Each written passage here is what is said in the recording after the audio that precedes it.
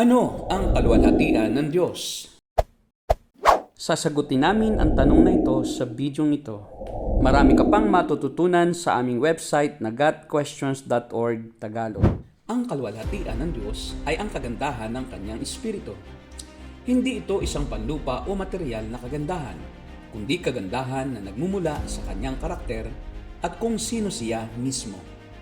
Hinamon ni Santiago ang mga mayayaman na magmapuri sa kanilang kadustaan. Santiago o Logis, nangangahulugan na hindi nagmumula ang kaluwalhatian sa kayamanan, kapangyarihan o panlabas at panlupang kagandahan. Ang kagandahan ay nakikita sa kalooban ng tao at sa mundo, ngunit hindi ito nagmula sa kanilang sarili. Nagmula ito sa Diyos. Ang kaluwalhatian ng tao ay ang kagandahan ng kanyang espiritu na nagkakamali at sa huli ay lilipas. At dahil dito, hindi ito may pagmamalaki, gaya ng sinasabi sa atin ng talata sa Santiago. Ngunit ang kaluwalhatian ng Diyos na matutunghayan sa lahat ng kanyang pinagsama-samang katangian ay hindi lilipas. Ito ay walang hanggan. Sinasabi sa Isaiah 43:7 na nilikha tayo ng Diyos para sa kanyang kaluwalhatian. Sa konteksto, kasama ng iba pang mga talata ng Isaiah 43, masasabi na maaaring luwalhatiin ng tao ang Diyos dahil sa pamamagitan ng tao, maaaring makita ang kaluwalhatian ng Diyos sa mga bagay na nasa tao, gaya ng pag-ibig, musika, kabayanihan at iba pa. Mga bagay na pag-aari ng Diyos na ating daladala gaya ng mga sisidlang putik. 2 Korinto 4:7. Tayo ang mga sisidlan na nagtataglay ng kanyang kaluwalhatian. Ang lahat ng mga bagay na kaya nating gawin ay siya rin ang pinagmulan, gayon din sa kalikasan. Ipinakikita ng Diyos ang kanyang kaluwalhatian sa kalikasan. Nahayag ang kaluwalhatian ng Diyos sa isipan ng tao sa pamamagitan ng kalikasan at ng mga nilikhang material ng Diyos sa iba't ibang kamaraanan. May tao na namamangha sa kagandahan ng mga bundok. Mayroon namang namamangha sa kagandahan ng karagatan. Ngunit ang kaluwalhatian ng Diyos ang nasa likod ng mga kagandahan ito ng kalikasan at itinuturo nila ang tao sa Diyos. Sa ganitong paraan, naihahayag ng Diyos ang kanyang kaluwalhatian sa lahat ng tao, anuman ang kanilang lahi, wika at lokasyon. Gaya ng sinasabi sa awit 19:1-4, ang langit ay naghahayag na ang Diyos ay dakila, malinaw na nagsasaad kung ano ang kanyang gawa. Bawat araw, bawat gabi, ang ulat ay walang patlang, patuloy na nag-uulat sa sunod na gabi't araw. Walang tinig o salitang ginagamit kung sa bagay, at wala ring naririnig na kahit na anong ingay. Gayunpaman, sa daigdig ay laganap yaong tinig. Ang balita'y umaabot sa duluhan ng daigdig. Itong Diyos ay nagtayo ng tolda sa kalangitan. Tinatawag ang kalangitan sa awit 73:24 na kaluwalhatian ng Diyos. Pangkaraniwan nating naririnig sa mga Kristiyano kung may namamatay na tinanggap na siya sa kaluwalhatian.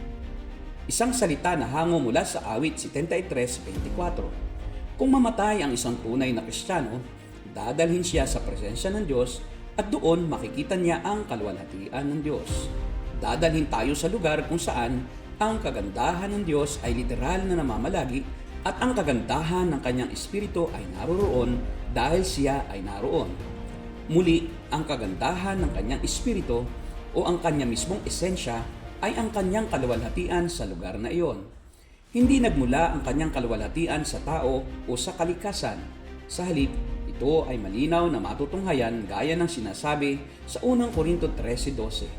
Sa kasalukuyan, tila malabong larawan ang nakikita natin sa salamin, ngunit darating ang araw na makikita natin siya ng mukhaan.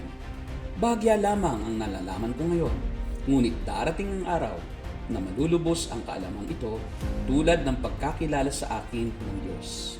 Sa pakahulugang panlupa, ang kaluwalhatian ay ang kagandahan na makikita sa material na mundo. Awit 37:20, awit 49:17. Ngunit sa ganitong pakahulugan, ito ay kumukupas. Ngunit ang dahilan kaya ito kumukupas ay dahil hindi talaga magtatagal ang mga material na bagay na nilikha ng Diyos. Namamatay sila at nalalanta. Ngunit ang kaluwalhatian na nasa kanila ay nanggaling sa Diyos at babalik sa Kanya kung mamatay ang mga material na bagay na ito. Isipin nating muli ang mayaman na nabanggit sa talata. Sinasabi sa talata na ikarangal ng mayamang kapatid ang pagkakababa sa kanya, sapagkat ang kayamanan ay lilipas gaya ng bulaklak ng damo. Ano ang ibig sabihin nito? Pinaaalalahanan sa talata ang mayayaman na ang kayamanan, kapangyarihan at kagandahan ay nanggaling sa Diyos at dapat silang magpakumbaba sa realidad na ang Diyos lamang ang nagbigay sa kanila ng lahat na mayroon sila at gumawa sa kanila kung ano sila at nagbigay ng lahat na mayroon sila. Ang kaalaman na maglalaho sila isang araw ang kasangkapan ng Diyos upang kanilang kilalanin ang tunay na pinanggagalingan ng kaluwalhatian. Ang Diyos ang pinanggalingan ng lahat na kaluwalhatian at babalik din sa Kanya ang mga ipinahiram niyang kaluwalhatian. Dahil ang Diyos ang pinanggalingan ng lahat na kaluwalhatian, hindi niya hahayaan ang kaisipan na nagbula ang kaluwalhatian sa tao o sa mga Diyos-Diyosan o sa kalikasan man. Sa Isaiah 42:8, makikita natin ang pagiging mapanibuguin ng Diyos para sa kanyang kaluwalhatian. Ang paninubugong ito para sa kanyang kaluwalhatian ang paksa ni Apostol Pablo sa Roma 1:21-25 nang sabihin niya na sinamba ng tao ang mga nilalang sa halip ng lumalang.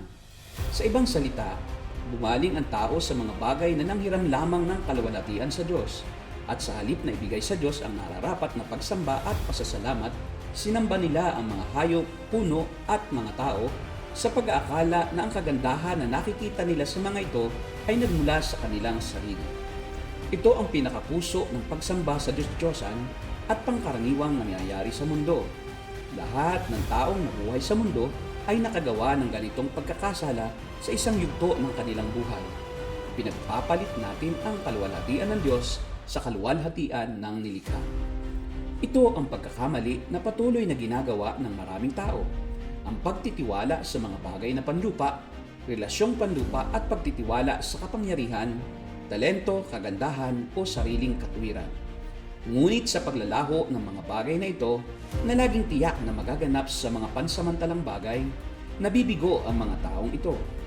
Dapat nating mapag-unawa na tanging ang kaluwalhatian lamang ng Diyos ang hindi nagbabago at habang naglalakbay tayo sa lupang ito, nakikita natin ito sa lahat ng mga nilikha na pansamantalang sisidlan ng kanyang kaluwalhatian, gaya ng pag-ibig, kabayanihan, sa sangnilikha o maging sa ating personal na mga buhay.